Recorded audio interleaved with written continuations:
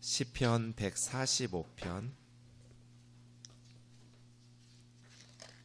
한 절씩 교독하겠습니다.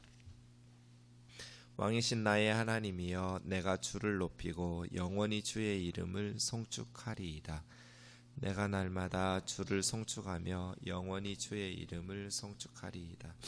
여호와는 위대하시니 크게 찬양할 것이라. 그의 위대하심을 측량하지 못하리로다. 대대로 주께서 행하시는 일을 크게 찬양하며 주의 능한 일을 선포하리로다. 주의 존귀하고 영광스러운 위엄과 주의 기이한 일들을 나는 작은 소리로 읊조리리이다. 사람들은 주의 두려운 일의 권능을 말할 것이요, 나도 주의 위대하심을 선포하리이다. 그들이 주의 크신 은혜를 기념하여 말하며 주의 의를 노래하리이다. 여호와는 은혜로우시며 긍휼이 많으시며 노하기를 더디하시며 인자하심이 크시도다. 여호와께서는 모든 것을 선대하시며 그 지으신 모든 것에 긍휼을 베푸시는도다. 여호와에서 주께서 지으신 모든 것들이 주께 감사하며 주의 성도들이 주를 송축하리이다. 그들이 주의 나라의 영광을 말하며 주의 업적을 일러서 주의 업적과 주의 나라의 위엄 있는 영광을 인생들에게 알게 하리이다. 주의 나라는 영원한 나라이니 주의 통치는 대대에 이르리이다. 여호와께서는 모든 넘어지는 자들을 붙드시며 비굴한 자들을 일으키시는도다.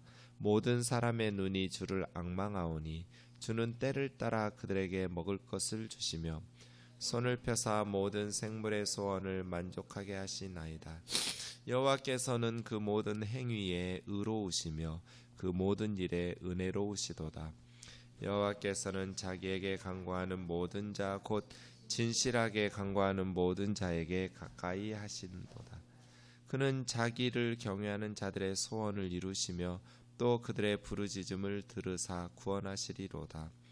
여호와께서 자기를 사랑하는 자들은 다 보호하시고 악인들은 다 멸하시리로다. 같이요.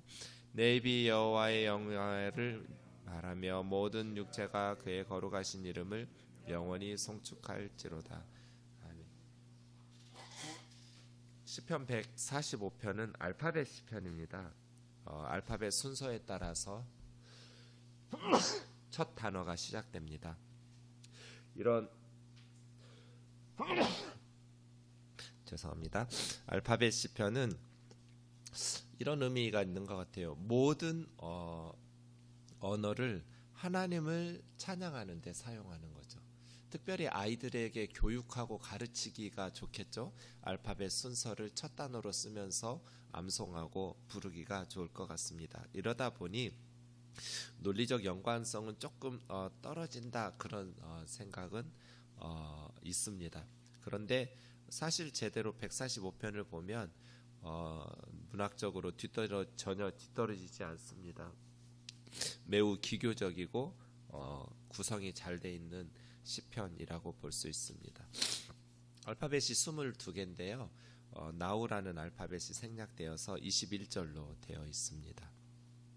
그래서 septuagin트 같으면 채워 넣습니다. 그래서 한 구절이 더 많은데요. 70인 성경에는 이 시편 145편은 여러 개의 시편과 여러 곳에 있는 성경 구절들을 인용해서 만든 시편입니다. 그래서 septuagin트에서는 아모스 5장 2절 말씀을 인용하면서 나우라는 알파벳을 추가시키기도 하는데요.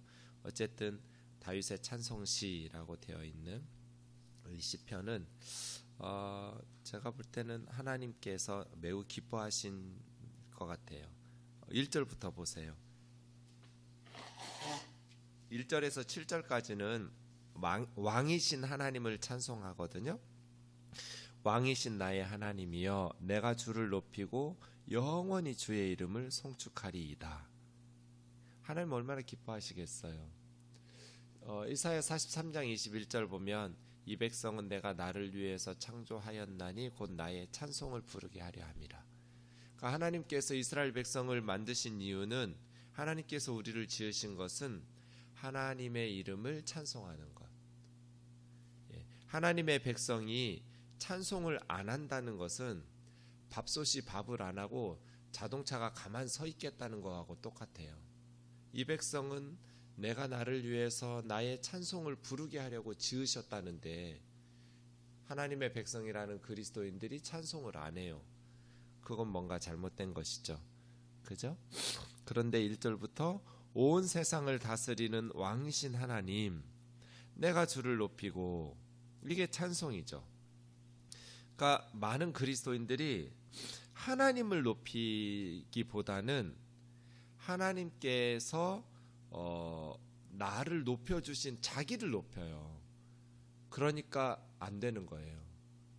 그러니까 내가 하나님을 위해서 한 것을 높이는 게 아니에요. 하나님께서 우리를 위해서 하신 일을 높이는 게 찬송이에요.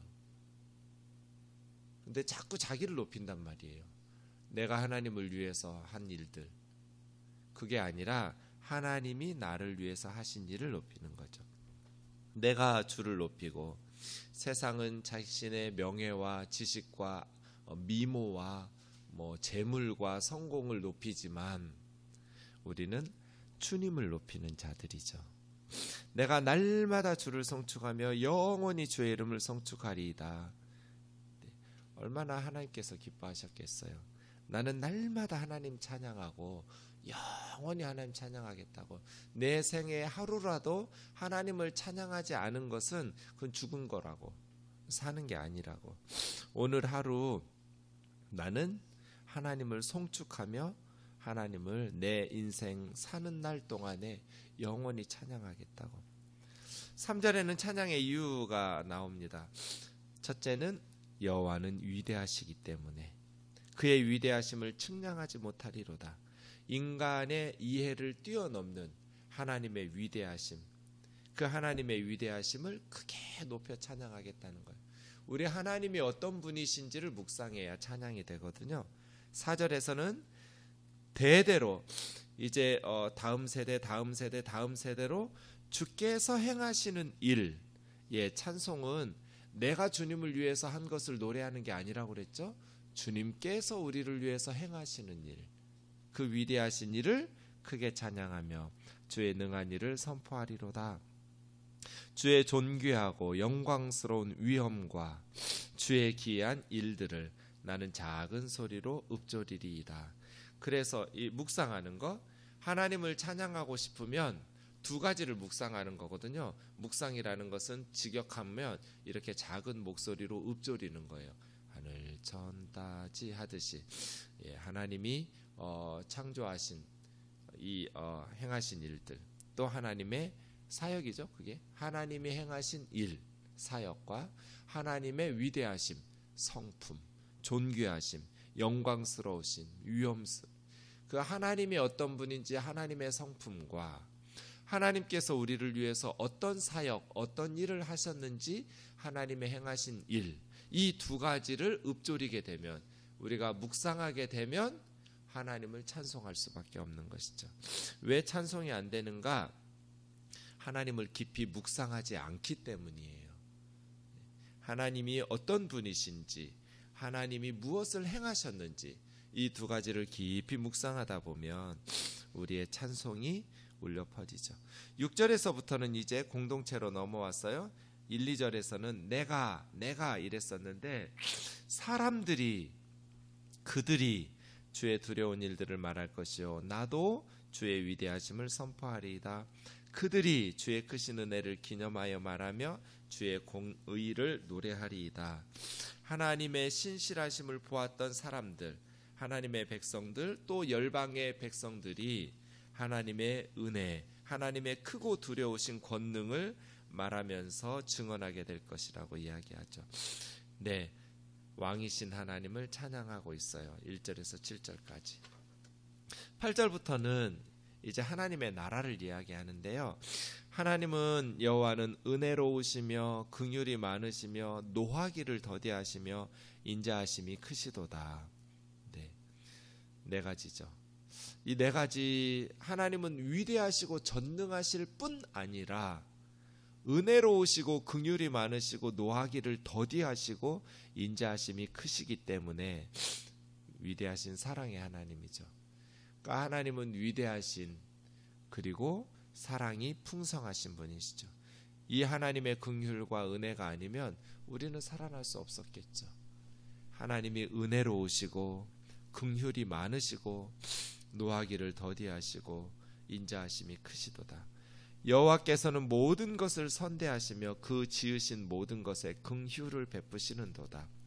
하나님께서 지으신 사람들, 동물들, 이 세상의 모든 것들에게 불쌍히 여기는 긍휼을 베푸시는, 그리고 모든 피조물들을 선대하시는.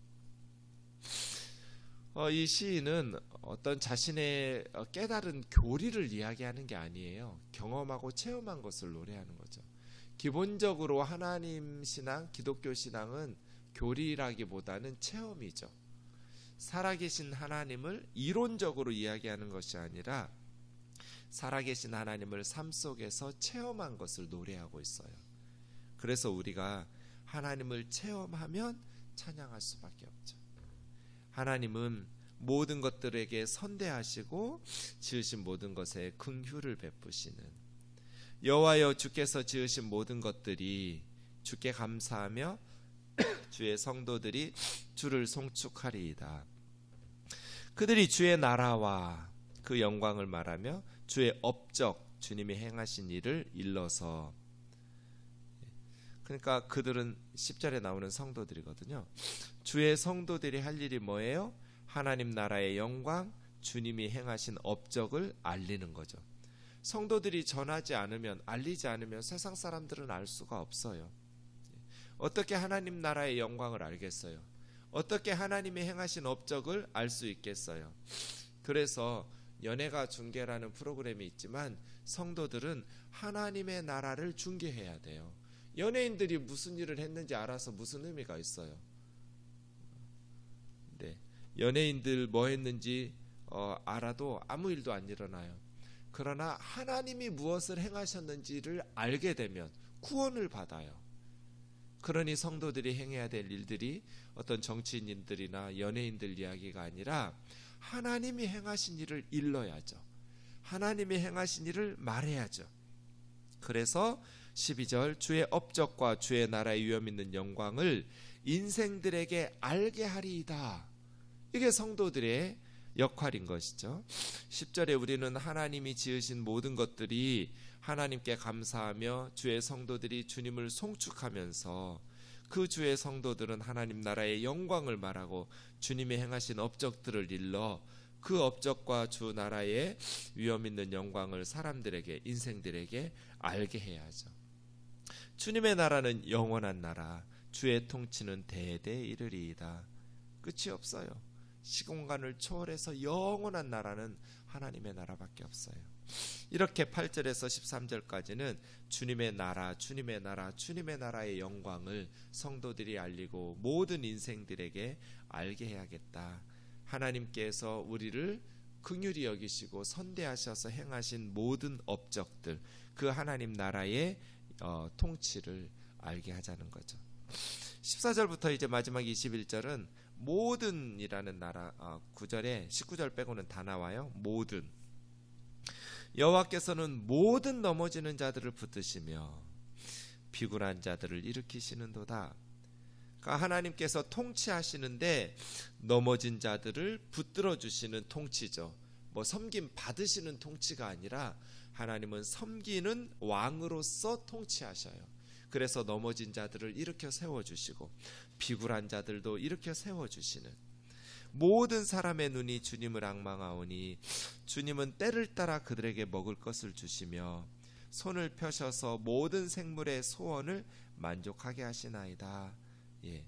모든 사람의 눈이 주님을 바라보면서 때를 따라 베푸시는 양식들을 기다리고 손을 펴셔서 모든 생물의 양식을 위한 굶주림, 그 모든 소원을 만족하게 하시나이다. 하나님께서 손을 움켜쥐고 계시면 우린 다 굶어 죽어야 돼요. 하나님께서 손을 펴셔서 양식을 베푸시기 때문에 모든 피조물들이 만족하게 되는 것이죠.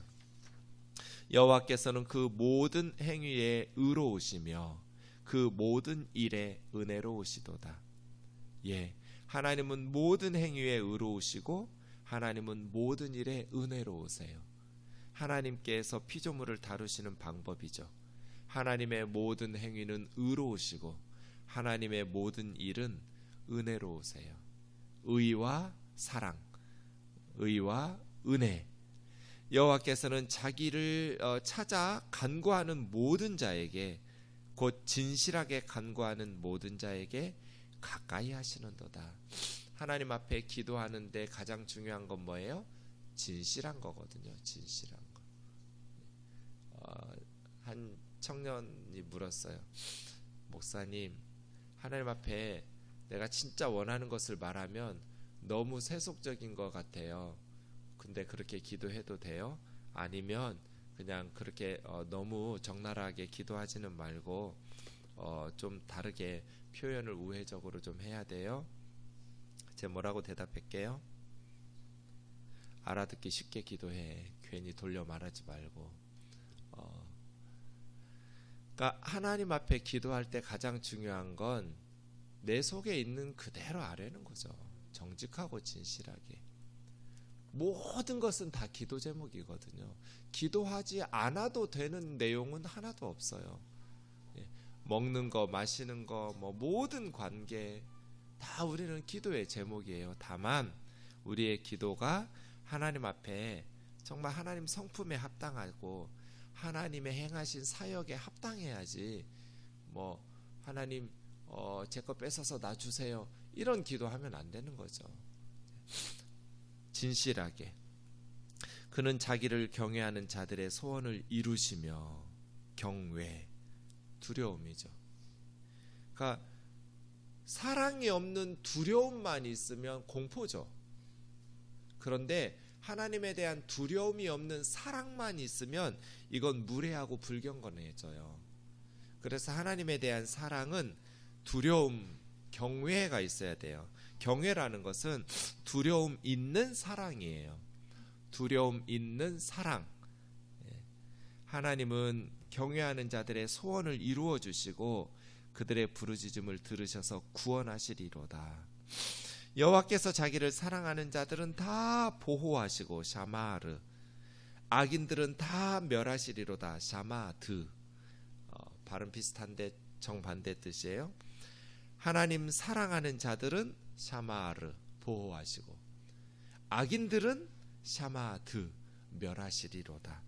네. 그러니 하나님을 사랑하는 자들은, 하나님을 경외하며 하나님을 사랑하는 자들은 보호해 주시니 내 입이 여호와의 영예를 말하며 모든 육체가 그 거룩하신 이름을 영원히 송축하리로다. 그러니까 시인의 찬양은 그냥 솔로로 독창하고 싶은 게 없어요. 모든 육체와 함께 더불어 하나님이 하신 일을 합창으로 그렇게 세상에 사는 동안에 찬양하고 싶어요. 모든 육체는 그렇게 하나님을 찬양해야 된다. 1절에서는 내가로 시작했는데 시가 끝날 때는 모든 육체로 끝나면서 하나님을 찬양할 것을, 영원히 하나님의 거룩하신 이름을 송축할 것을 권면하고 있죠. 이것이 소원하는 것이죠. 저 북녘의 동포들이 위대한 동지 김정은을 찬양하고 막 열광적으로 박수치고, 이 모든 것들이 변해서 하나님이 우리를 위해서 행하신 그 풍성하신 은혜와 긍휼을 깨닫게 되고, 예수 그리스도께서 우리를 위해서 십자가에서 자신의 몸을 들여 이루신 일들을 깨우치게 될 때 위대하신 하나님을 찬송하는 것으로 변할 수 있는 새해가 되도록 기도해야겠습니다.